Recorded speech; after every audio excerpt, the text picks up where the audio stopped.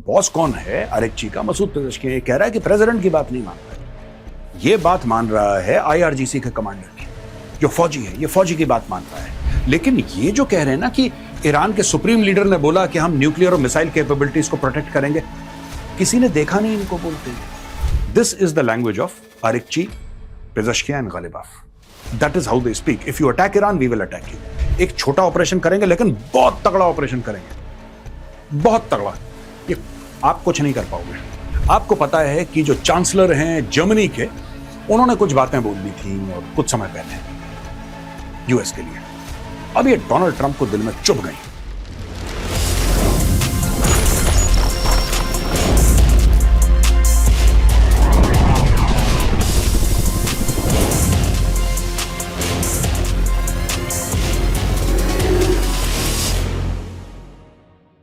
जय हिंद दोस्तों, मैं हूं मेजर गौरवारी और आप देख रहे हैं द चाणक्य डायलॉग्स। ईरान के अंदर कुछ उथल पुथल हो रही है, उसके स्ट्रक्चर में, उसके पॉलिटिकल स्ट्रक्चर में एक दरार पड़ी है।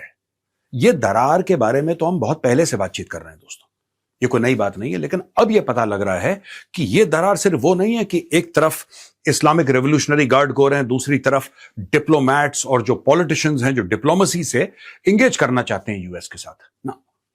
ये दरार बिल्कुल फ्रैक्चर किस्म का है बीच में, जहां पे लोग कह रहे हैं कि नहीं साहब, आप तो दूसरी साइड के लॉयल हैं। और यहां पे दूसरी साइड का मतलब अमेरिका या इजराइल नहीं है। यहां पे दूसरी साइड का मतलब है दूसरी तरफ, ईरान का दूसरा धड़ा, उससे आप लॉयल हैं। ये बातचीत चल रही है। इसके बारे में भी आज के वीडियो में डिस्कशन होगा। बड़ा इंटरेस्टिंग वीडियो होने वाला है। मैं आपसे रिक्वेस्ट करूंगा इस वीडियो को आप एंड तक देखिएगा, और जिन लोगों ने हमारा चैनल सब्सक्राइब नहीं किया है, please subscribe to our channel. इस बेल आइकॉन को दबाइए, तभी चैनल फलेगा फूलेगा और तभी रोज हम आपके लिए बेहतरीन कंटेंट लाने की कोशिश करेंगे। यह खबर ईरान इंटरनेशनल की है। Pezeshkian, Ghalibaf seek Araghchi's ouster over subservience to guards। पहले हमने आपको यह बताया था कि एक धड़ा आईआरजीसी का है, जो फौजी हैं, जो कहते हैं लड़ना चाहिए। एक धड़ा है मसूद पेज़ेश्कियान है, गालिबाफ है, उसमें आरएचजी है, और ये सब लोग कहते हैं कि साहब डिप्लोमेसी से काम। ये हम डिस्कस कर चुके हैं। अब यह पता लग रहा है कि जो डिप्लोमेसी वाला धड़ा था, उसके बीच में फ्रैक्चर आ गया। यानी कि आरएचजी के ऊपर यह इल्जाम है, और यह इल्जाम लगा रहे हैं पेज़ेश्कियान और गालिबाफ कि साहब ये जो है, ये वो काम नहीं कर रहा जो हम चाहते हैं। बॉस जो है कौन है इसका? मसूद पेज़ेश्कियान। बॉस कौन है आरएचजी का? मसूद पेज़ेश्कियान। ये कह रहा है कि प्रेसिडेंट की बात नहीं मानता है। ये बात मान रहा है आईआरजीसी के कमांडर की, जो फौजी है, ये फौजी की बात मान रहा है। ये गलत है। Iran's president and parliament speaker are seeking Foreign Minister Abbas Araghchi's removal, accusing him of following the Revolutionary Guard chief's instructions in nuclear talks without informing the president. Two sources familiar with the matter told Iran International. अब यहां पे जो president हैं, यानी कि Masood Pezeshkian, उनका आदेश ना मानते हुए आईआरजीसी, इस्लामिक रेवोल्यूशनरी गार्ड को, जो एक एलीट फौजी ग्रुप है, एलीट फौजी ऑर्गेनाइजेशन है ईरान के अंदर, उसके आदेश मान रहा है, खासतौर से न्यूक्लियर मामले पे। क्या करे वो? आप बताइए क्या करे वो? ये जाएं, कहीं पे जाएं, अमेरिकन को कोई ये कमिटमेंट देकर आ जाएं, क्योंकि जब आप जाते हैं तो मोल तोल होता है, मोल भाव होता है। आप कुछ देते हैं, वो कुछ देते हैं, आप कॉम्प्रोमाइज करते हैं, वो कॉम्प्रोमाइज करते हैं। ये तो होता ही है नेगोशिएशन में। आपने कॉम्प्रोमाइज कर दिया, वापस आए, आईआरजीसी वाले कहते हैं मानते नहीं, भाग जाओ यहां से। यही काम हुआ था जब इन्होंने, अब्बास आरएचजी ने क्या बोला था, हॉर्मुज का स्ट्रेट खुला हुआ है। ट्रंप ने बोला बल्ले, मजा आ गया। 24 घंटे के अंदर आईआरजीसी ने बोला बंद करो, ये सब बकवास क्या है। तो आपकी तो किरकिरी हो गई ना दुनिया के सामने। आपकी क्रेडिबिलिटी क्या रह गई जब लोग ये कहेंगे कि अब कम से कम अमेरिका में ये है कि ट्रंप ने बोल दिया हमला तो हमला, ट्रंप ने बोला रोको तो रोको, ट्रंप ने बोला ब्लॉकेट करो तो ब्लॉकेट करो। वहां पे एक सिंगल लाइन ऑफ डायरेक्शन से ऑर्डर आ रहे हैं। यहां पे क्या है कि मल्टीपल पावर सेंटर्स बन गए ईरान के अंदर। President Masoud Pezeshkian and speaker Mohammad Bagher Ghalibaf believe Araghchi has in recent weeks acted less as a cabinet minister tasked with implementing government policy and more as an aide to Ahmad Vahidi, the commander of the Revolutionary Guards. According to the sources who are familiar with ongoing discussions between the heads of Iran's executive and legislative branches, Araghchi has acted over the past 2 weeks without informing Pezeşkiyan in full coordination with Vahidi and based on his directives. The situation has caused deep dissatisfaction for Pezeşkiyan, who has told people close to him that he will dismiss Araghchi if it continues, the sources said. तो ये है अहमद वहीदी दोस्तों, ये revolutionary guards का boss है। ये ही controls everything.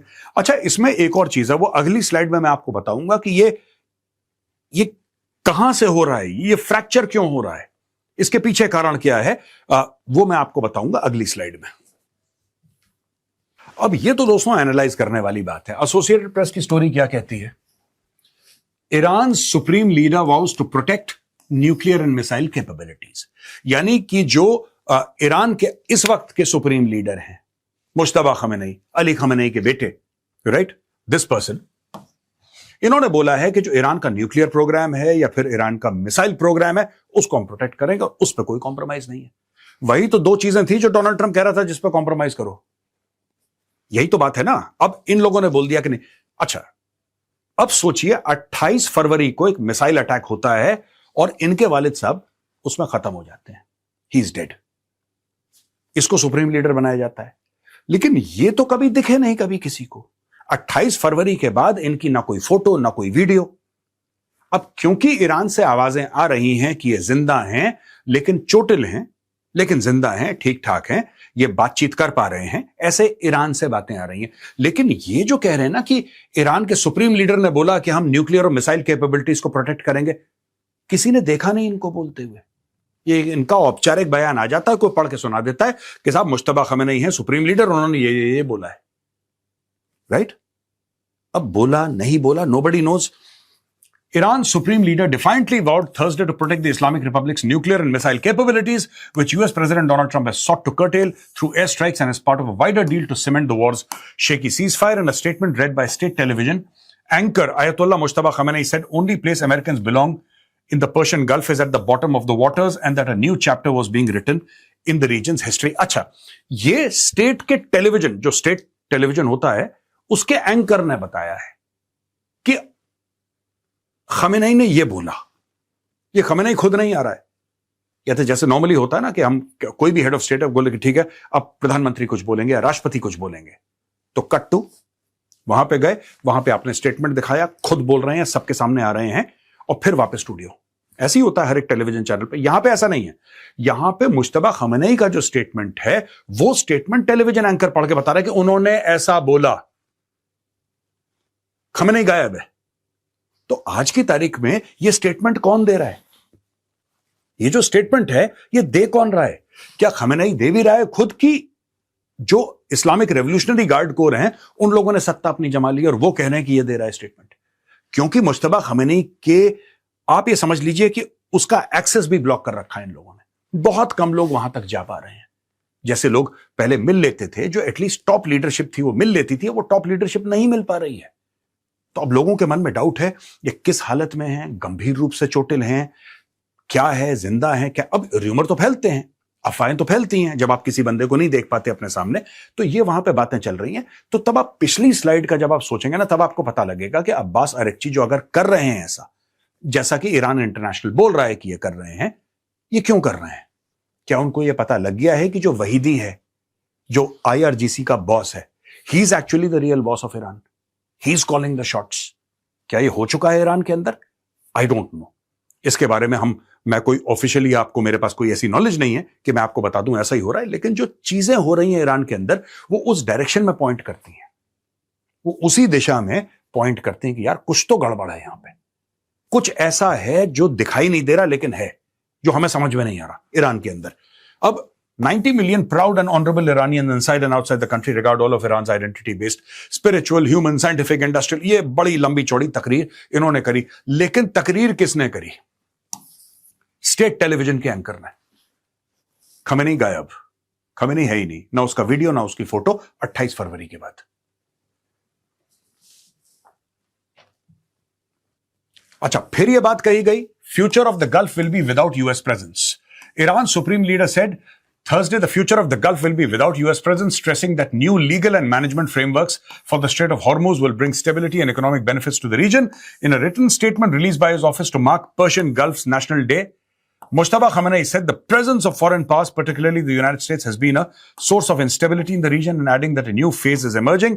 The Gulf is a key part of regional identity. अच्छा, ये सारी की सारी चीजें फिर मैं कह रहा हूं, इन्होंने ये जो एक प्रेस रिलीज आया, एक स्टेटमेंट आया उनके ऑफिस से, उन्होंने खुद नहीं बोला। मैं बार बार इस पे स्ट्रेस कर रहा हूं। ट्रंप आपको दिखता है ना सामने, ट्रंप आपको दिखता है दिन में 5-5 प्रेस कॉन्फ्रेंसेस एड्रेस कर रहा है, वो 24 घंटे स्विच्ड ऑन रहता है डोनाल्ड ट्रंप, दिख रहा है ना आपको। Donald Trump is the leader of the United States. You can see him every day. Netanyahu, he can be seen every day. You can see Netanyahu, right? You can see MBZ. You can see MBS. You can see all these guys. You can't see Khamenei. ये गायब हो गए हैं कहीं पे, ये दिख ही नहीं रहे. अब ये भी कह रहे हैं कि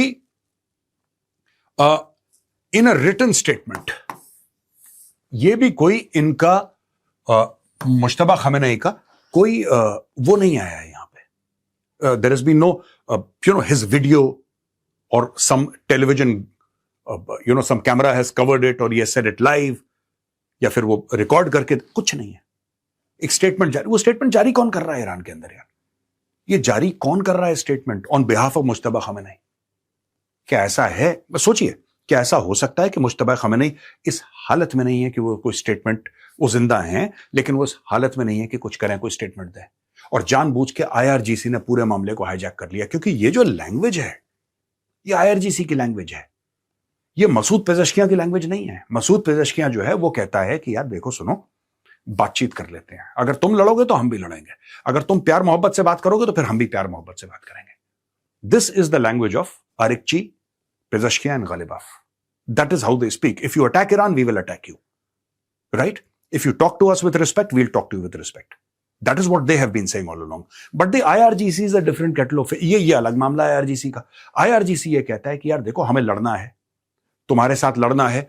ये पूरे के पूरे गल्फ में, पूरे के पूरे जितना भी वो मिडिल ईस्ट है, वहां पे यूएस के जो बेसिस हैं, एक तो उन्होंने पहले बोल दिया हम अपने न्यूक्लियर प्रोग्राम पे कॉम्प्रोमाइज नहीं करेंगे, ठीक है जी, हम अपने मिसाइल प्रोग्राम पे कॉम्प्रोमाइज नहीं करेंगे. ये पिछली स्लाइड में मैंने आपको बताया. तीसरी बात यहां पे क्या बोलते हैं कि जितने भी यूएस के बेसिस हैं हम उस पर भी कॉम्प्रोमाइज नहीं करेंगे, सबको हटाओ. तो जब आपने ऐसा एब्सोल्यूटिस्ट स्टांस ले लिया, आपने आप बिल्कुल जिसको कहते हैं ना कि अति पे चले गए, आपने बोला कि इसके काम हम बात ही नहीं करेंगे यार, वी आर नॉट टॉकिंग, बाहर हो जाओ, तो फिर आप सारे दरवाजे बंद कर रहे हैं, और वही चीज ईरान में हो रही है. US military likely to present 3 new plans to Trump for Iran war, what report says. The US Central Command on Thursday will brief US President Donald Trump on new plan for potential military action in Iran, Axios reported citing sources. अच्छा, यहां पे कह रहे हैं कि हम साहब 3 plan देंगे यूएस प्रेसिडेंट को कि सर आप ये भी कर सकते हैं, ये भी कर सकते हैं और ये भी कर सकते हैं. तो एक्सियोस की रिपोर्ट है जो कि पूरा मीडिया कोट कर रहा है, और एक्सियोस का बड़ा अंदर तक, इन लोगों का ना, एक्सियोस वालों का बड़ा अंदर तक रीच है. So they know what is going on all of that. तो एक्सियोस की रिपोर्ट है, लोग जेन्युइन मानते हैं. यहां पे 3 उन्होंने सूरतें बताई हैं, राइट, कि आप 3 चीजें कर सकते हैं, ऐसा प्लान है. 3 sources of knowledge on the matter told Axios that CENTCOM had prepared a plan for a short and powerful operation in Iran, likely including infrastructure targets in an effort to break the current deadlock and push both sides towards a common consensus after multiple failed rounds of negotiation. यानी कि एक छोटा operation करेंगे लेकिन बहुत तगड़ा operation करेंगे, बहुत तगड़ा. ये आप कुछ नहीं कर पाओगे. मैं अमेरिकन को देखिए, सुनिए, ये जो पूरा मामला है, ये मेरी समझ है, ठीक है ना. ये जो लड़ाई है, इसमें oil has become a weapon. जो ऑयल है, तेल है, वो हथियार बन चुका है इसमें, ठीक है. इनको एक कमी पता लग गई डोनाल्ड ट्रंप की ईरानियों को, ये कुछ भी कर देगा, ये तेल पे हमला नहीं करेगा. ये प्रॉब्लम इजरायलियों को बिल्कुल भी नहीं है. मैं आपको बता रहा हूं, इजरायलियों ने साउथ पार्स में मिसाइल मार दी थी, एयर अटैक कर दिया था साउथ पार्स पे. उसी के बाद तो जब ईरान ने जवाब दिया रास लफान में, वही तो हुआ था. उसके बाद ईरानियों ने जवाब दिया फट से रास लफान पे. लेकिन हमला किसने करा था साउथ पार्स पे? साउथ पार्स पे हमला इजरायलियों ने करा था. फिर डोनाल्ड ट्रंप अपसेट हो गया कि यार तुम लोग ऐसे एनर्जी पे तुम हमला मत करो, क्योंकि डोनाल्ड ट्रंप ये चाहता है कि जब ये हरा दे इसको, पूरे ईरानियों को, तब तेल पूरा का पूरा वो अपने हाथ में कर ले. अगर ये मोह त्याग देता है तेल का, मैं आपको बता रहा हूं, अगर ये मोह त्याग देता है तेल का, तो फिर कुछ बात बन सकती है. वरना आप ये कहें हम शॉर्ट वो करेंगे, उनसे कोई फर्क नहीं पड़ रहा. आप देखिए, तेल है ना, जो ऑयल है, उसी से तो पैसा कमा रहा है ईरान. और ईरान कौन सी सॉफ्टवेयर बना रहा है, कौन सी वैक्सीन बना रहा है?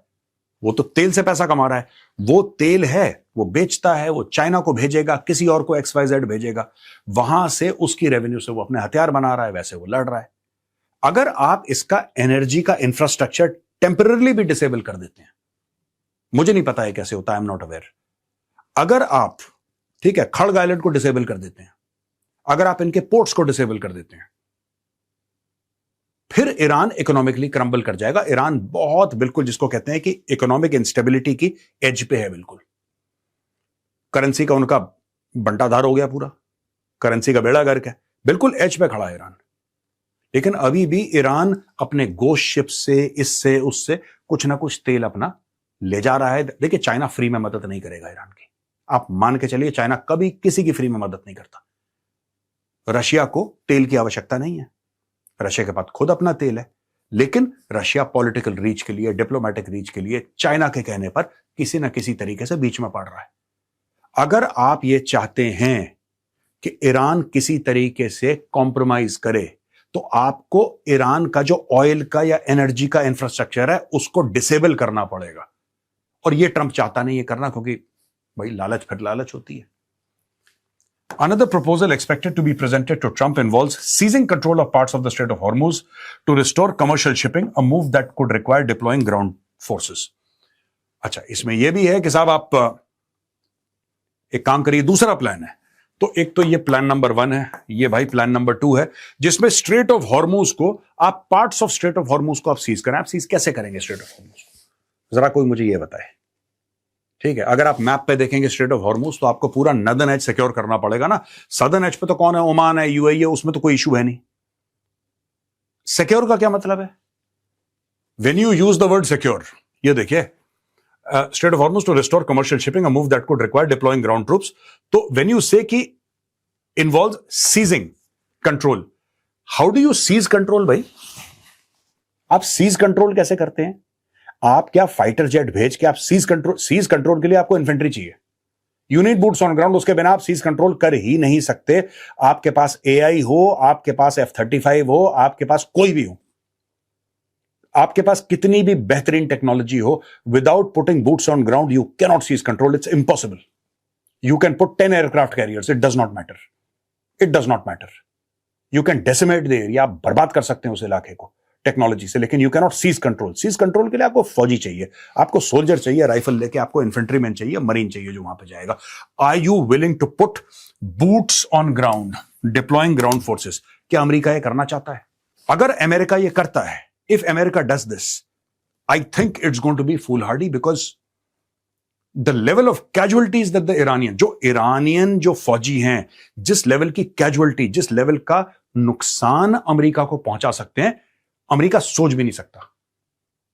बहुत ज्यादा, बहुत बड़ा इश्यू हो जाएगा ये, तो कुछ और सोचना पड़ेगा। और तीसरा इनका भाइयों का एक प्लान है कि स्पेशल फोर्सेस जाएंगी और Iran stockpile of highly enriched uranium को, जो 60% से ज्यादा एनरिच्ड है, करीब 450 किलो की बात कर रहे हैं लोग, उसको स्पेशल फोर्सेस ले लेंगे। अब ये यूरेनियम कहां है? ये लड्डू तो है नहीं कि डब्बा आपने बगल में रखा और भाग लिया। ये जो 450 किलो के एक जगह है, is it at one place? No, it could be at many places. Some people even say that is it actually inside Iran? Nobody knows. Nobody knows.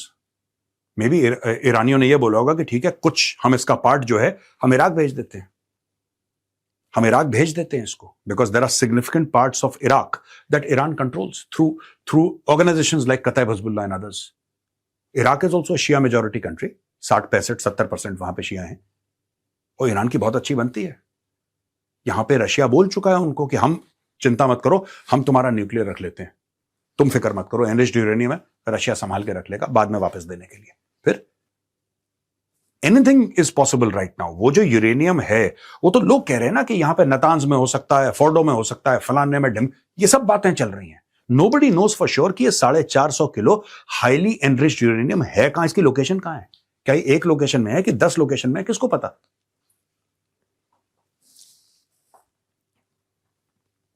अब दोस्तों, इस स्टोरी है गार्डियन की, और यह भी ईरान वॉर से ही रिलेटेड है, लेकिन थोड़ी सी अलग है।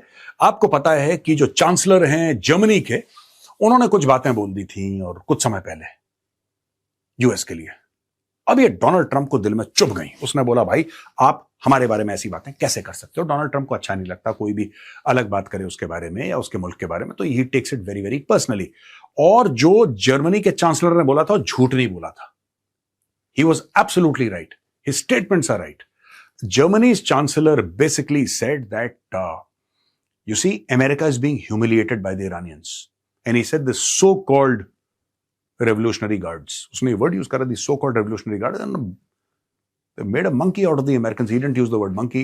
I'm using it, but he said they made a monkey out of the Americans. आपको humiliate कर रहे हैं भाई, आपको बुलाते हैं, खुद नहीं आते, ठीक है? They're just humiliating you, insult कर रहे हैं आपके, और आप कुछ नहीं कर पा रहे. तो इन्होंने तंज कसा, इन्होंने मजाक उड़ाई, right?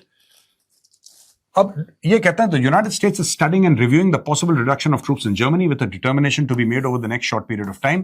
Thank you for your attention to this matter. अब ये कह रहे हैं कि हम वहां से ट्रूप्स कम कर देंगे.